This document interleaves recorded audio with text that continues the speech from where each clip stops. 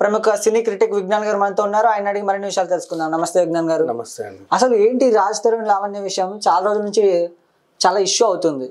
So వాళ్ళు social మీడియాకి రావడం కానీ, లావణ్య బయటకు వచ్చి ఇంటర్వ్యూస్ ఇవ్వడం కానీ ఇవన్నీ చాలా జరుగుతున్నాయి. సో ఏం జరిగిందంటారు? బేసికలీ రాజ్ తరుణ్ని, మాల్వి మల్హోత్రాని అండ్ వాళ్ళ తమ్ముడిని మయాంక్ వీళ్ళని జైల్లో పెట్టడానికి లావణ్య శతవిధాలా ప్రయత్నిస్తుంది. ద ఓన్లీ రీజన్, ఇంతకుముందు మస్తాన్ వలి అనే ఆయనతో కూడా ఉంది, రాజ్ తరుణ్తోనూ ఉంది. ఈయన మస్తాన్ సాయి నన్ను ప్రేమించి పెళ్లి చేసుకొని ఉంటానని మోసం చేశాడని గుంటూరులోనూ ఆమె కేసు ఫైల్ చేసింది. ఆ ఎఫ్ఐఆర్ కాపీ కూడా వీళ్ళ దగ్గర ఉంది. సేమ్ అలాంటి ఎలిగేషనే రాజ్ తరుణ్ కూడా. అంటే మీకు కొన్నాళ్ళు ఒక అతనితో ఉంటుంది, అతనితో కటీఫ్ చెప్పిన తర్వాత వెళ్ళి నన్ను మోసం చేశాడని కేసు పెడుతుంది. ఈమెకి తరచుగా అలవాటు, ఇది రెండో కేసు ఈమె అకౌంట్లో. ఇకపోతే ఈమె ఎందుకు వీళ్ళని పగ తీర్చుకొని జైల్లో పెట్టాలనుకుంది అంటే, ఆమె గతంలో డ్రగ్స్ కేసులో అరెస్ట్ అయిన విషయాన్ని వీళ్ళు ఎలా చెప్పారంటే, ఆమె జైలుకి వెళ్ళొచ్చిందండి అన్నాడు రాజ్ తరుణ్. సో హర్ట్ అయిపోయింది, ఆమె అహం దెబ్బతినింది. మిమ్మల్ని కూడా కనీసం ఒక వారం రోజులైనా జైల్లో పెట్టింది, నేను నిద్రపోను అన్నట్టు కూర్చుంది. ఇకపోతే లీక్స్ ప్రతి 2 రోజులకోటి ఏదో ఒక లీక్ ఇస్తా వ్యవహారాన్ని రక్తి కట్టించే ప్రయత్నం చేస్తుంది. ఎలా రక్తి కట్టించేలాగా ప్రతి 2 డేస్కి ఒకసారి ఈ ఇష్యూ మీద ఈమె అంటే జనాల్లో నాంచే ప్రయత్నం చేస్తుంది. ఫస్ట్ ఏం చేసింది, ఇదంతో ఆ లాయర్ని తీసుకొచ్చి ఏదో ఒక ఎలిగేషన్, తర్వాత ఏంటి నాకు అబార్షన్, ఆ తర్వాత ఏంటి ఇతను మాల్వి మల్హోత్రాతో సంబంధం, ఆ తర్వాత ఏంటి హరియానా గ్లోరీతో సంబంధం, నెక్స్ట్ ఈమె ఆత్మహత్య నాటకం. రోజు ఏదో ఒక మలుపు తిరుగుతూ ఉండాలి. ఒక్క వారం ఈమెకి రెస్ట్ దొరికింది, ఎందుకంటే ఈమె ప్రమేయం లేకుండానే వార్తని కొనసాగించడానికి ఇంకో క్యారెక్టర్ ఎంటర్ అయింది. ఆవిడేమో ఒక పెద్ద ఆవిడ నా కొడుకుని ప్రొడ్యూసర్ అవుదామని వస్తే మాల్వి మల్హోత్రా అతన్ని మోసం చేసింది, డబ్బులన్నీ కాజేసిందని ఆవిడ కేసు పెట్టింది మాల్వి మల్హోత్రా మీద. ఈ విషయం ఏంటా అనుకుంటే, గతంలో మాల్వి మల్హోత్రా ఆ ప్రొడ్యూసర్తో లివింగ్లో ఉన్న రిలేషన్లో ఉన్న మాట వాస్తవమే. కాకపోతే అతను ఒక సైకో లాగా బిహేవ్ చేసి ఈమెను కత్తితో పొడిచాడు. ఈమె అటెంప్ట్ మర్డర్ కేసు కూడా పెట్టింది. అందుకు ఇప్పుడు ఇష్టపూర్వకంగా వెళ్తే ఎవరైనా ఓకే, నువ్వు కొరకడాలు, రక్కడాలు, సిగరెట్లతో కాల్చడం, బ్లేడ్లతో కోయడం, కత్తితో ఘాట్లు పెట్టడం ఎవరు ఉండరు కదా, వాళ్ళు మనుషులే కదా. సో అలా బయటకు వచ్చింది. ఇకపోతే ఈఎంఐ విషయంలో కూడా ఎందుకు ఇంత బాగా హర్ట్ అయింది అంటే, వీళ్ళందరూ ఈమెతో మాట్లాడే వాళ్ళు కాదు. రాజ్ తరుణ్ ఒక బాధలో ఉన్నాడు, ఈమె వల్ల అతను మెంటల్ టార్చర్ అనుభవిస్తున్నాడు. ఈమె కోసం జనాలు ఇంటికి వస్తారు కదా, ఇప్పుడు అయితే కిందికి వెళ్ళాలి లేదా పైకి వెళ్ళాలి, వచ్చిన వాళ్ళందరూ డైరెక్ట్ పైకి వెళ్ళడమే. ఈమె కనిపిస్తే అని తిప్పుకొని వెళ్ళిపోవడం ఇలా. అండ్ హరియానా గ్లోరీ వస్తుంది, ఈమెను చూసి మొహం తిప్పుకొని వెళ్ళిపోతుంది. అంటే మోస్ట్లీ ఇంట్లో ఉన్న ఈమెతో ఎవరు మాట్లాడేవాళ్ళు కాదు, పైన వాళ్ళు ఉండేవాళ్ళు, బాగా ఎంజాయ్ చేసేవాళ్ళు, ఈమెతో మాట్లాడేవాళ్ళు కాదు. ఈమెకి ఏంటంటే అట్లాగే పగ పెంచుకుంది. ఒకరోజు హరియానా గ్లోరీ పేరు ఎందుకు వచ్చింది దీంట్లో అంటే, ఏమనింది, నువ్వు డబ్బుల కోసమే కదా వాడితో తిరుగుతున్నావు అని నోరు బారేసుకుంది.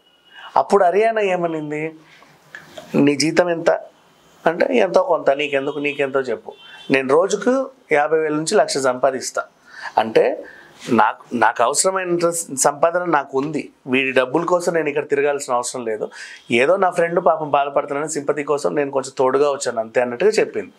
దాన్ని లావణ్య ఎలా పోర్ట్రే చేసింది బయటికి, ఆమె డైరెక్ట్గా వచ్చేసి నీ జీతం ఎంత అని నన్ను అవమానించిందండి అని చెప్పి. అట్లా కాదు, సిట్యువేషన్ని చెప్పట్లా వీళ్ళు, ఆ సిట్యువేషన్ని వక్రీకరించి వీళ్ళకి అనుకూలంగా మాట్లాడుకుంటున్నారు, అది బయట పోర్ట్రే అవుతుంది. రోజు ఇంట్లో ఉండి ఇష్టం ఉన్నట్టు అదెత్తేసి ఇదెత్తేసి నిమిషానికి నీతో గొడవపడి టార్చర్ చేస్తుంటే ఎవరు మాత్రం ఉంటారు. ఒక ఎక్స్టెంట్ వరకు చూశాడు, వెళ్ళిపోయాడు ఇంట్లో నుంచి, పగ పెంచుకుంది ఓవరాల్గా. ఇక అంతే కదా, అంతమించి ఇంకేముంటుంది. ఎందుకంటే ఆయన ఉన్నంత కాలం ఆ 18 కుక్కల్ని ఆయన చూసుకునేవాడు. ఆయన వెళ్తూ ఈమె మొహం మీద పడేసేసరికి ఈమె వాటిని చూసుకోలేక, ఈయనని చూసుకోలేక, బాధపడలేక ఇలాంటివన్నీ పెట్టింది. ఇప్పుడు మళ్ళీ ఏమైంది, రీసెంట్ ఇష్యూ, ఇప్పుడు మళ్ళీ ఫోన్ చాటింగ్ బయట పెట్టింది. ఫోన్ చాటింగ్ అంటే ఏంటి, రాజ్ తరుణ్ ఫోన్లో ఉన్న రహస్య చాటింగ్, మాల్వి మల్హోత్రా చేసే చాటింగ్ అంతా ఈమె స్క్రీన్ షాట్లు తీసి ఈమె వాట్సాప్కి పంపుకొని అందులో డిలీట్ చేసింది. యాక్చువల్గా ఆయన పర్సనల్ ఫోన్ నువ్వు ముట్టడమే తప్పు ఫస్ట్ ఆఫ్ ఆల్. ఇప్పుడు లీక్ చేస్తున్నావు చాట్, అందులో ఏముంది, వాళ్ళిద్దరు పర్సనల్ విషయాలు షేర్ చేసుకున్నారు. నెక్స్ట్ కోయంబత్తూరులోని మాధవ హోటల్లో తరచూ కలుసుకునే వాళ్ళు అని ఈమె చెప్పింది. ఈయన లాయర్ చెప్పాడు, అదంతా లాయర్ స్క్రిప్ట్ అది. అవును, లాయర్ గారు మాట్లాడుతూ గతంలో లావణ్యకి రాజ్ తరుణ్ గారికి ఆల్రెడీ మ్యారేజ్ అయిపోయింది, రాజ్ తరుణ్ గారు ఆమె మెల్లో మంగళసూత్రం కూడా కట్టడం జరిగింది అన్నారు. ఇది వాస్తవమా? అదంతా వాళ్ళ లాయర్ స్క్రిప్టే దీంట్లో కూడా. ఇప్పుడు కూడా ఈ మాధవ హోటల్ వ్యవహారం ఎక్కడి దాకా వచ్చిందంటే వీళ్ళు ఏం మాట్లాడుతున్నారు, ఇప్పుడు వీళ్ళు కలుసుకోవాలి అనుకుంటే వీళ్ళు ఇల్లు ఉంది, ఎవరైనా రావచ్చు ఎవరైనా పోవచ్చు. కానీ మాల్వి మల్హోత్రా రాదు, ఎందుకంటే ఆమెతో గొడవ ఉంది కాబట్టి మీ ఇంటికి నేను రానికి ఎక్కడైనా కలుసుకుందాం అంటే వీణ కూడా బయటికి వెళ్తాడు. ఇలా బోల్డ్ అని ప్లేసెస్ ఉన్నాయి. కానీ కోయంబత్తూరులో మాధవ్ హోటల్లో తరచూ కలుసుకునే వాళ్ళు ఇదిగోండి చాటింగ్ అని పెట్టింది. అసలు ఆ చాటింగ్ ఉన్న వ్యవహారం ఏంటంటే ఒకరోజు వీళ్ళు షూటింగ్ నిమిత్తం కానీ ట్రిప్ నిమిత్తం కానీ వెళ్ళొచ్చు.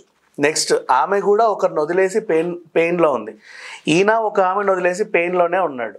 ఇద్దరు పెయిన్ఫుల్ మనుషులు కలిసి ట్రావెల్ చేసినప్పుడు అనుకోకుండా వాళ్ళ మనసులు కలుస్తాయి, దాంట్లో తప్పేం లేదు. అలా కలిసి తిరుగుతున్నారు. నెక్స్ట్ కొడైకెనాల్కి వెళ్ళాలి అంటే ఖచ్చితంగా మనం పళని, కోయంబత్తూరు, మధురై ఇవన్నీ తిరిగేసే వస్తాం, దిండిగల్ ఇవన్నీ. ఆ విధంగా వీళ్ళు ఒక ట్రిప్ వెళ్ళినప్పుడు హోటల్ బుక్ చేసావా? బుక్ చేసా, ఇదిగో Madhav hotel booking details book. నువ్వన్నా చేయాలి, నేనన్నా హోటల్ బుక్ చేయాలి. నువ్వు బుక్ చేస్తే నాకు పెడతావు టికెట్, నేను బుక్ చేస్తే నీకు పెడతా కన్ఫర్మేషన్ టికెట్. ట్రైన్ అయినా అంతే, బస్ అయినా అంతే, ఫ్లైట్ అయినా అంతే, రైట్? ఎవరు ఒకరే కదా బుక్ చేయాలి, ఇద్దరు రెండు చేసుకోలేరుగా. ఆ చాటింగ్ స్క్రీన్ షాట్ అందులో ఉంది. సో దాన్ని చూపించి వీళ్ళు తరచూ ఈ హోటల్లో కలుసుకున్నారు. కోయంబత్తూరు మాధవ్ హోటల్లోనే కలవాల్సిన అవసరమే ఉంది, ఎక్కడన్నా కలవచ్చు కదా. అంటే ఇట్లాంటి స్క్రిప్ట్స్ అని బయట పెడతా ఏదో ప్రూఫ్ చూపించినట్టు చూపిస్తా వీళ్ళ క్యారెక్టర్ని ఇంకా ఇంకా ఇంకా హెజాసినేషన్ చేసేలాగా ట్రై చేస్తున్నారు. అంతమించి ఇంకా ఏమీ లేదు దీంట్లో. ఇకపోతే లావణ్యకు ఉన్నది ఒకటి, రాజ్ తరుణ్ని ఖచ్చితంగా జైల్లో వేయాలి. అఫ్ కోర్స్ జైల్లో వేసినంత మాత్రం నేను తప్పు చేసినట్టు కాదు, జనాలందరికీ అర్థమవుతుంది స్క్రిప్ట్ అంతా కూడా, రోజుకో మలుపు తిరుగుతారు. ఏదేమైనప్పటికీ ఒక రిలేషన్షిప్లో ఇద్దరు ఉన్నప్పుడు ఇరువైపుల నుంచి వాళ్ళకి ఇబ్బందులు ఉంటేనే తప్ప ఇలాంటి ప్రాబ్లమ్స్ రావు కదా. ఏదైనా ఒకరు లావణ్య ఇద్దరు రాజ్ తరుణ్ ఇరువైపుల నుంచి సమస్య ఉందంటారా? రెండు వైపుల నుంచి సమస్య అంటే అతను వచ్చిన కొత్తలో ఈవిడ హెల్ప్ చేసింది, బాగానే ఉంది. ఆ కృతజ్ఞత భావంతోనే కదా, అయ్యో పాపం ఇది బయటికి వెళ్తే బతకలేదు, ఎందుకైనా ఇక్కడే ఉంచుకుందాం అని చెప్పి సరే కింద ఉంటే ఉండే, నా బతకాము నా బ్రతుకు నాది. ఆమె కూడా ఇతనితో కటీఫ్ అయిన తర్వాత ఇంకొక ఆయన తెచ్చుకుంది. ఆయన కూడా వెళ్ళిన తర్వాత మళ్ళీ ఈయన మీద పడింది. ఇది ఆవిడ చేసింది. అండ్ మళ్ళీ దాన్ని కూడా అడిగితే నేను ఎంతమందితో తిరిగాను, జస్ట్ ఆ మస్తాన్ సాయి ఒకడే కదా అని చెప్పి ధైర్యంగా చెప్తుంది. సో ఇవన్నీ పక్కన పెట్టేస్తే ఎంతకాలమైనా సరే ఈ కేసులో రాజ్ తరుణ్ది తప్పైతే ఏమీ లేదు, అందరికీ తెలుసు ఈ విషయం.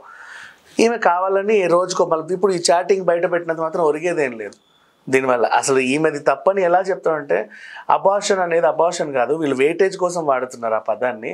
స్టార్టింగ్ కలిసి ఉన్న రోజుల్లో పిల్లలు పుట్టకుండా పిల్స్ తీసుకుంది.